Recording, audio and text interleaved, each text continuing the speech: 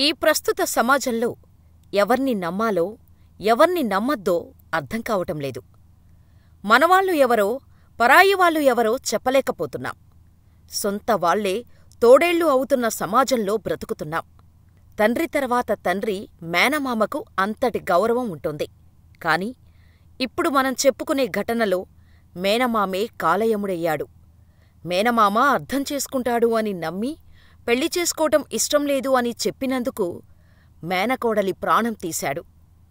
అసలు ఏం జరిగిందో మీరే చూడండి.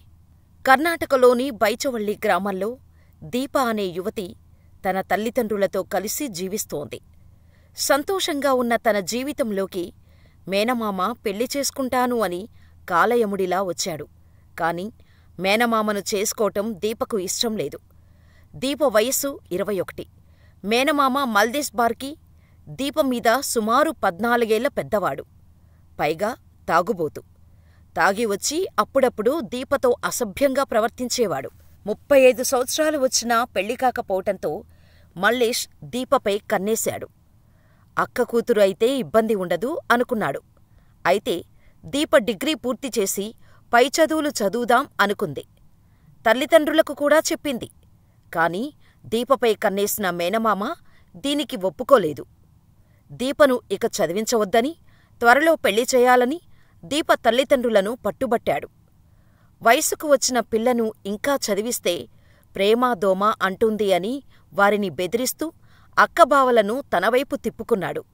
కాని మామను పెళ్లి చేసుకోవటం ఇష్టంలేదు అని తల్లిదండ్రులకు చెప్పింది. అయినప్పటికీ తల్లిదండ్రులు పట్టించుకోలేదు. బలవంతంగా మల్దేశ్ బార్కితో ఆమెకు నిశ్చితార్థం చేశారు. నిశ్చితార్థం అవ్వటంతో మరింతగా టార్చర్ చేసేవాడు. తప్పతాగి వచ్చి మేనకోడలితో అసభ్యంగా ప్రవర్తించేవాడు. మేనమామ తీరు చూసి తట్టుకోలేక దీప మేనమామను పెళ్లి చేసుకోనని తల్లిదండ్రులకు తెగేసి చెప్పేసింది. ఇంకా చేసేదేముంది అనుకుంటూ తల్లిదండ్రులు ఈ విషయం బార్కుకి చెప్పారు. దీంతో దీపపై కోపం పెంచుకున్నాడు మేనమామ. ఇది నన్ను వద్దంటుందా అని కోపంతో రగిలిపోయాడు. నిశ్చితార్థమయ్యాక ఇష్టంలేదు అని చెప్పి అవమానించటం తట్టుకోలేకపోయాడు. దీప దగ్గరకు వెళ్ళి నీతో మాట్లాడే పని ఉంది అని చెప్పి బయటకు తీసుకెళ్లాడు. ఎవరూ లేని ఓ ప్రాంతానికి తీసుకెళ్లి విషమిచ్చి మేనకోడలు అనే జాలి కూడా లేకుండా ఉరివేసి చంపేశాడు. ఎంతసేపటికి కూతురు ఇంటికి రాకపోవటంతో దీప తల్లిదండ్రులు అనుమానం వచ్చి మల్లేష్కు ఫోన్ చేశారు. దీప తన స్నేహితురాలి ఇంటికి వెళ్ళిందని మల్దేశ్ చెప్పాడు.